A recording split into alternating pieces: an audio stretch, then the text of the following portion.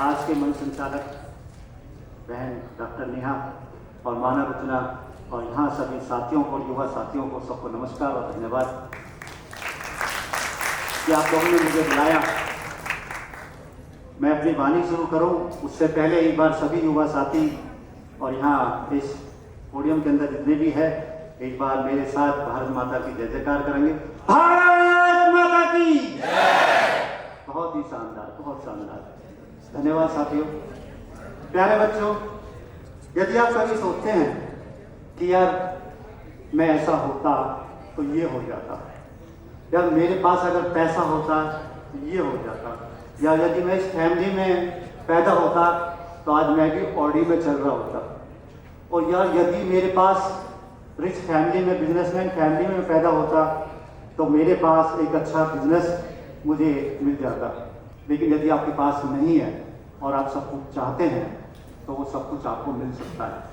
मैं 100% चैलेंज के साथ अपने जीवन में मैं झांकता हूँ तो मैं महसूस करता हूँ कि जन्म जब हम लेते हैं तो ईश्वर हर किसी के लिए कुछ ना कुछ लिखता है, और वो सब कुछ लिखता है जो आपको चाहिए।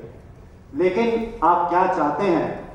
इन आंखों से जो देखा वो चाह रहे हैं, या जो दिमाग में आया है वो चाह रहे हैं, या जो अंतरात्मा में महसूस करते हैं वो चाह रहे हैं? मायने ये है, आप जितना चाहोगे वो सब कुछ आपको मिलेगा।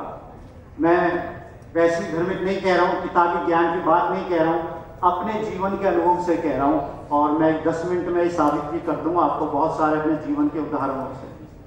जब मैं पैदा हुआ 1 साल के बाद मुझे पोलियो हो गया। जीवन की 2 बूंद मेरे समय नहीं थी।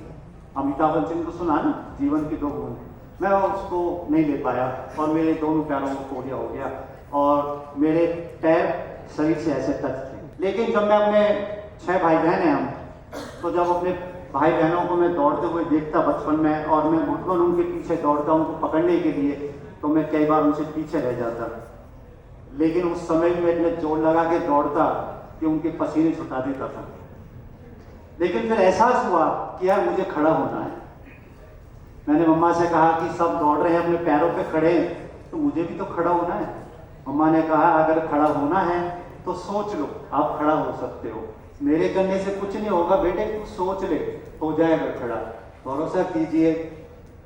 मैं खड़ा हो गया 5 साल बाद। जब मैं 6 ईयर का था तो बैसाखियों के सहारे में खड़ा हो गया, और जो मेरे दोनों पैर शरीर से जुड़े हुए थे वो धीरे धीरे सीधे होने लगे। घंटों में अभ्यास मेरी फैमिली करती, मेरी माँ करती, और तेल की मालिश करके खुंटी पे दोनों पैरों को टांगते थे, और नीचे मेरा बॉडी और ऊपर मेरे टांग। जब भी मेरा परिवार का कोई आता उस रस्से को और टाइट कर देता। क्या है, रो क्यों रहा है? मैंने कहा दर्द हो रहा है, धूप पड़ रही है, खड़ा होना है ना। मैंने कहा हाँ खड़ा होना है, तो इस दर्द को भूल जा। तो मुझे धीरे धीरे उस दर्द में आनंद आने लगा, और धीरे धीरे मेरे शरीर की जो हड्डियां थी वो सीधे होने लगी, और पोलिया बेअसर हो गया। फिर मैं बैसाखियों के सारे खड़ा हो गया, चलने लगा, घोड़े की तरह दौड़ने भी लगा। लेकिन एक पल ऐसा आया कि स्कूल में जब जाता तो मेरे साथी मुझे नए नए शब्दों से पुकारते, तो मुझे दुख होता, और मैं कई बार स्कूल से छुट्टी ले लेता कि मुझे नहीं जाना। मैं उस दोस्त से बहुत प्यार करता था, उसने आज मुझे ऐसा बोला। तो मम्मा ने फिर क्या कि बोला है इसलिए क्योंकि वो बात करना नहीं जानता है, वो प्यार करना नहीं जानता है, उसको सिखाओ बात करना, उससे प्यार करना सिखाओ कि अपने से निम्न और कमजोर से कैसे प्यार किया जाता है। तो मैंने अपने दोस्तों से कहा कि बीमारी आपको भी हो सकती थी, अच्छा है ये आपकी बीमारी मुझे होगी, मैं आपका अच्छा दोस्त हूँ, मुझसे ऐसे मत बोलो, मेरे बीमारी की वजह से ऐसा है, इसमें मेरा कोई दोस्त नहीं है। तो उन दोस्तों ने मुझे बहुत प्यार करा, और आज भी मुझसे बहुत ज़्यादा प्यार करते हैं। तो प्यार जब बांटोगे तो प्यार मिलेगा। मैं वहाँ से सीख गया है, जो आप खुद नहीं चाहते हो वो दूसरों को मत दो। तो मैंने नहीं दिया, और मुझे जो मैं खुद चाहता हूँ मैंने दूसरों को दिया, तो मुझे मिल गया। अब देखिए, मैं दीक्षा जी को बहुत प्यार करता हूँ, अपनी दीदी मानता हूँ, तो उन्होंने मुझे इतने अच्छे ग्लोबल मंच पे भेजा, तो यही तो प्यार है। अरे मुझे इतने सारे अच्छे लोगों से बीच में अपनी बात रखने का मौका कहाँ मिलता। मानव रचना जैसे प्लेटफॉर्म अपने आप में बहुत सौभाग्य वाले लोगों को मिलता है। मैं इसके लिए तहे दिल से धन्यवाद करता हूँ मानव रचना का। प्यारे बच्चों, मैंने फिर दौड़ना सीखा, चलना सीखा, और फिर एहसास हुआ कि यार बैसाखी कभी दौड़ते दौड़ते टूट जाती थी, बगल से कपड़े फट जाते थे, तो मैं रोता था। मम्मा ने एक दिन रोते हुए देख लिया, क्यों रो रहा है, क्या बात होगी? मैंने कहा यहाँ से दर्द कर दिया और कपड़े फट जाते हैं। तो मेरे कपड़े फटे ना, या एक जैसे कपड़े हो, तो थान जो होता है जहाँ एक सारी ड्रेस बनती थी, 15-20 ड्रेस तैयार हो जाती थी, और हर सप्ताह ड्रेस फटती और मैं नहीं पहन लेता। लेकिन अंत में मैंने कहा नहीं, ऐसा नहीं है, मुझे छोड़ना है। तो मैंने कहा छूट जाएगा, सोच ले। तो मैंने फिर सोच लिया, और फिर ऐसा चमत्कार हुआ कि लगातार अभ्यास और प्रार्थना करने से वो सब छूट गई, बिल्कुल छूट गया। लेकिन जब जवान हुआ तो मैंने देखा कि सब साइकिल चला रहे हैं, मुझे नहीं आती चलाने, और मैं साइकिल चलाना भी सीख गया। एक पैर इस पे रखा और बहुत अच्छी साइकिल निकलना सीख गया, अपने पूरे शहर में घूमने लगा। फिर मैंने देखा, महसूस किया कि नहीं यार ड्राइविंग आनी चाहिए। तो मैंने देखा ड्राइविंग तो आसान नहीं है, कहीं किसी को चोट लग जाएगी, नहीं, मैं डर गया। मैंने एक दिन अपनी वाइफ से कहा, उन्होंने मुझसे कहा प्यार से, काश आप ड्राइविंग कर पाते और हम आप ही कहीं घूमने जाते, ड्राइवर हमारे बीच में नहीं होता। मैंने कहा हो सकता है ऐसा, मैं भगवान से प्रेयर करता हूँ और इस पर कोशिश करते हैं। मैंने अपने दोस्त से कहा, मैंने क्या तेरी भाभी ने ऐसी इच्छा जताई है, मैं चाहता हूँ अगली बार मैं उसे बर्थडे पे खुद ड्राइविंग करके लॉन्ग ड्राइव पे घुमाने ले जाऊँ। जब आप किसी से प्यार करते हैं तो कुछ उसको देना चाहते हैं ना, देना चाहते हैं ना आप भी। तो मैंने भी उसको देना चाहा, लेकिन प्रॉब्लम थी कि उस समय ऑटोमेटिक गाड़ी नहीं थी और मेरा लेफ्ट लेग कुछ मुझसे ज़्यादा नाराज रहता है। तो मैंने उससे कहा भाई थोड़ा साथ दे, तो मैं इस गिफ्ट को देना चाहता हूँ। विश्वास कीजिए 3 महीने के अंदर मैं सबसे अच्छा ड्राइवर बन गया और आज भी रोड के सारे रूल्स फॉलो करता हूँ। किसी भी रोड को चढ़ने से पहले मैं ये देखता हूँ कि लेफ्ट राइट में हाई स्पीड कितना लिखा हुआ है, अच्छा 30-50 लिखा हुआ है। तो मेरा गोल हो गया जीवन का कि मैं इस मंजिल पर जब तक चलूँगा 50 से ज़्यादा अपनी ड्राइविंग फास्ट नहीं करूँगा, मैं कभी किसी को ओवरटेक नहीं करूँगा। ये मेरे दिनचर्या में है। तो इससे हुआ क्या, मेरी छोटी छोटी आदतें सुधर गई। जैसे मैंने सोच लिया कि यार मुझे टीवी नहीं देखना है, तो मैंने नहीं देखा। मैंने कहा यार मुझे पढ़ना है, पढ़ाई की, लेकिन जो कहा वो किया। कई बार चीजें हमें भटकाती है, जब हम मंजिल की ओर जाते हैं और जीवन में गोल बनाते हैं तो जीवन में भटकाव आता है, दुख आता है। लेकिन जब उस भटकाव में आप भटके ना और उस दुख को आप में हरने की क्षमता है तो यू आर चैंपियन। मैंने महसूस किया है। जब मैं अपने शहर में भी नहीं घूम पाया, तो मेरे फरीदाबाद में मेट्रो आई, तो मैं सबसे पहले उसमें चाह रहा था कि मैं मेट्रो में जाऊं और उसमें चढ़ के घूमूं। तो मैंने देखा बहुत सारी भीड़ है, फर्स्ट डे उसमें जाना चाहती है। मैंने कहा सिंगराज नहीं जाना है यार, भीड़ में कहीं रही से ही पैर टूट गया तो लेने देने पड़ जाएंगे, तो बहुत कीमती है, अपने आप को संभाल। यही मेट्रो क्या, तो इस दुनिया की पूरी मेट्रो में घूमेगा। तो वास्तव में प्यारे साथियों ऐसा हुआ, 35 साल के लिए मुझे पता चला कि शूटिंग एक ऐसा गेम है जिससे मैं इंडिया को रिप्रेजेंट कर सकता हूं। और मैंने पिस्टल उठा ली और मैं इंडियन टीम में 2018 में सेलेक्ट हो गया। और 2018 के बाद 2025 तक मैं दुनिया की हर मेट्रो में घूम आया हूं, हर शहर में घूम आया हूं। बचपन में मेरा ख्वाब था कि मैं देश की सेवा करूं, इस मिट्टी की सेवा करूं। लेकिन पता चला कि बचपन में जब मुझसे बहुत से लोग कहते थे कि भाई बड़ा होकर क्या बनेगा, मैंने कहा फौजी बनूंगा, तो वो हंसते थे। मुझे उनकी हंसी का एहसास कभी दुख वाला नहीं हुआ। लेकिन जब बड़ा हुआ, मैच्योर हुआ, तो पता चला कि मेरे इसलिए हंसते हैं कि विकलांग जो व्यक्ति है वो फौज में नहीं जा सकते और देश की सेवा नहीं करते, इसलिए मुझ पर हंस रहे हैं। तो मैंने कहा यार ये तो बड़ा उल्टा हुआ, ये तो आज तक मुझ पर हंस रहे हैं इस बात से, इसलिए शायद जान पूछ के मुझसे पूछ रहे हैं कि बेटा क्या बनेगा। और मैं जोर लगा कहता फौजी बनूंगा, देश की सेवा करूंगा, तिरंगा की सेवा करूंगा। तो ये तेरे लिए हंस रहे हैं।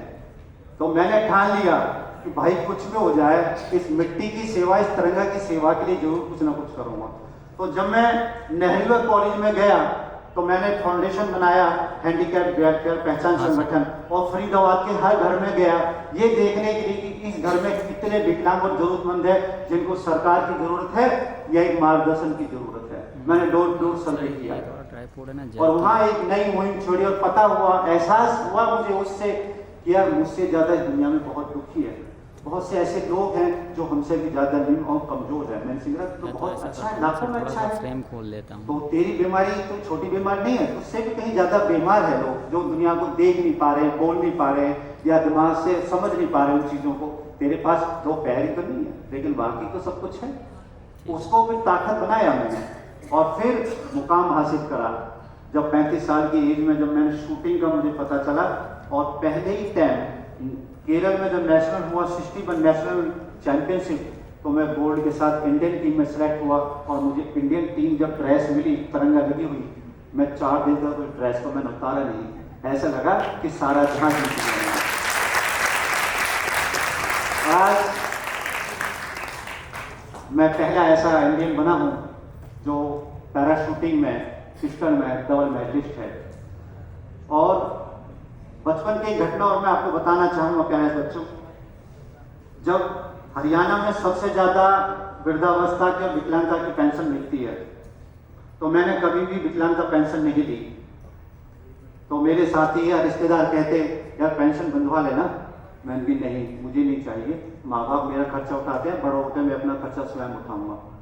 अरे नहीं, सरकार कुछ दे, तेल दे तो पल्ले में लेना चाहिए। मैं उनसे कहता नहीं, मेरा पल्ला बहुत महंगा है और तेल सारा निकल जाएगा, मेरा पल्ला भी चीकना हो जाएगा, ना तो तेल काम का रहेगा ना पल्ला ही काम का रहेगा। तो इस कहावत को मैंने बचपन में बदल दिया और मैंने वो सहायता स्वीकार करनी नहीं समझी कि नहीं, अपने दम पे करेंगे हम, इसलिए सरकार से कटोरा नहीं मांगेंगे बल्कि अपनी हक और मेहनत से कमाना सीखेंगे। तो मेरी वजह से बहुत से विकलांगों ने अपनी पेंशन छोड़ दी। यहाँ तक कि शादी के बाद मेरी मिसेज ने भी जितनी भी विकलांगता की पेंशन मिली थी उन्होंने उसको भी दान कर दिया और अपनी पेंशन बंद कर दी। और प्यारे बच्चों, इसके बाद देखिए चमत्कार हुआ है। जब मैं टोक्यो से पैरालंपिक से मेडल ले आया तो 4 साल के हाईएस्ट अचीवमेंट के बाद देश का सर्वश्रेष्ठ पुरस्कार मिलता है अर्जुन अवार्ड। भारत सरकार ने जब मुझे उसको दिया तो आज हरियाणा सरकार जो 3000 विकलांगता पेंशन है उसकी जगह मेरी मेहनत का अर्जुन अवार्ड जब मिला, आज 20,000 रुपए हर साल हरियाणा सरकार मुझे पैसा दे रही है। तो मैं आपसे पूछना चाहता हूं कि 3000 ज्यादा अच्छे या 20,000? मेहनत वाले अच्छे या कटोरा में लेने वाला अच्छा था? मेहनत वाला। आवाज नहीं आ रही? मेहनत वाली, उसमें बड़ा मजा आता है, मैं बड़ा खुश होता हूँ कि हाँ ऐसा हुआ। तो मैं आपसे यही कहना चाहूंगा कि जीवन में कुछ भी ऐसा नहीं है। मैं कभी कभी 5,000 रुपए के लिए भी तरसता था क्योंकि जॉब नहीं थी, लेकिन आज सरकारी A ग्रेड की B ग्रेड की 2-2 जेबों को तकिया के नीचे धर के सोता हूँ, जॉब नहीं लेता हूँ। उस समय मेरे अकाउंट में कभी 10,000 नहीं होते थे, आज इस मेहनत और आप लोगों की प्यार की बदौलत 10 करोड़ से भी ज्यादा मेरे अकाउंट में है। मैं उसे खर्च नहीं करता हूँ, रखता हूँ इस उम्मीद से कि हाँ मेरे पास है, मेरे पास है, क्या नहीं मेरे पास सब कुछ है। बचपन में मेरे पड़ोस के अंकल JPO साहब थे, उनके यहाँ पेट्रोल पंप था। मैंने कहा मम्मा से, मम्मा मुझे ही पंप खोलना है। आज आपके भाई के पास 2-2 पंप ही है, दुनिया के गाड़ियों में तेल भी डाल रहा हूँ। मैंने सोचा बचपन में बच्चों को पढ़ाऊंगा, तो आज मैं इस संस्था का चेयरमैन भी हूँ और हजारों बच्चों को शिक्षा भी दे रहा हूँ। सिर्फ मकसद जो आपने बचपन में सोचा, इस कुदरत में जो भी ब्रह्मांड में शक्तियां हैं वो आपको लाके वो चीजें दे देगी। वह शर्त हो आप उन चीजों के प्रति ईमानदार हो और आपको जीवन जीने का उद्देश्य हो। ये हमें डिसाइड करना है कि हम अपने कमियों को देख के रोते रहें या उन कमियों को खत्म कर दें। आपकी कमियां, आपकी कमजोरी आपको खत्म करें, इससे पहले उन कमजोरियों को आप खत्म कर दो। क्या ऐसा कर पाओगे आप? क्या अपने सपनों को साकार कर पाओगे? मुझे आवाज नहीं आ रही इधर से बिल्कुल भी, मुझे नहीं आ रही अपनी आवाज। क्या कुछ अपने जीवन का गोल बनाओगे? क्या कुछ ऐसा करोगे जो आज तक किसी ने नहीं करा? देखिए जीवन में अगर अंबानी बनने का मौका ना मिले और एक रेहड़ी लगाने का मौका मिले ना, उसे भी ऐसा कर डालो कि आपके नाम का ही बरगद पूरा शहर खाए। अगर कभी जीवन में सब्जी बेचने का भी मौका मिले तो ऐसी सब्जी बेचो कि अंबानी के घर में भी आपका टैग लगा हुआ सब्जी का पैकेज जाए। काम छोटा नहीं होता है, आपका नजरिया छोटा होता है। आपका नेचर, आपका उद्देश्य अगर बड़ा है तो हर काम बड़ा है। तो साथियों, कहने के तो बहुत कुछ है, लेकिन समय की मर्यादा है।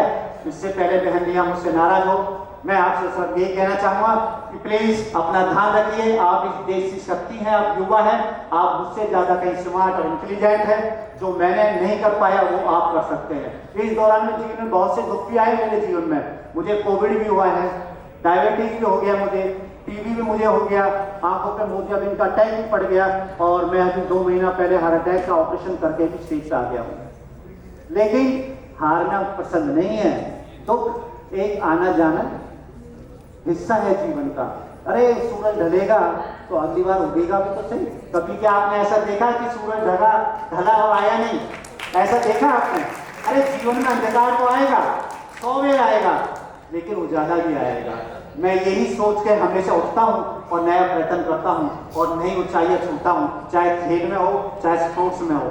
आज मैं शूटिंग में जब बंदूक उठाता हूँ, प्यारे बच्चों, जो 20 सेकंड में और कोई शूटर गोली चलाते हैं, मैं उसे 5 सेकंड में शॉट चलाने के बाद अपने जेब में बंदूक धर लेता हूँ। तो ट्रेनिंग एक ऐसा कीजिए किसी भी चीज की, लगे कि हाँ आपने कुछ किया है।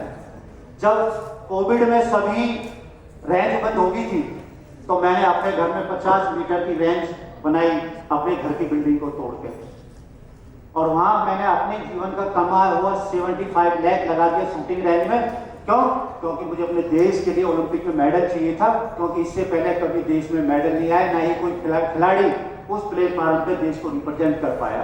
तो मैंने नहीं सोचा कि मेडल आएगा नहीं आएगा, मैंने कहा प्लेटफॉर्म चाहिए और मेडल लाना है। तो ठीक है प्यारे साथियों, मेरी शुभकामनाएं आप सबको। पुनः मानव रचना का धन्यवाद और आपका भी धन्यवाद। जय हिंद, जय भारत।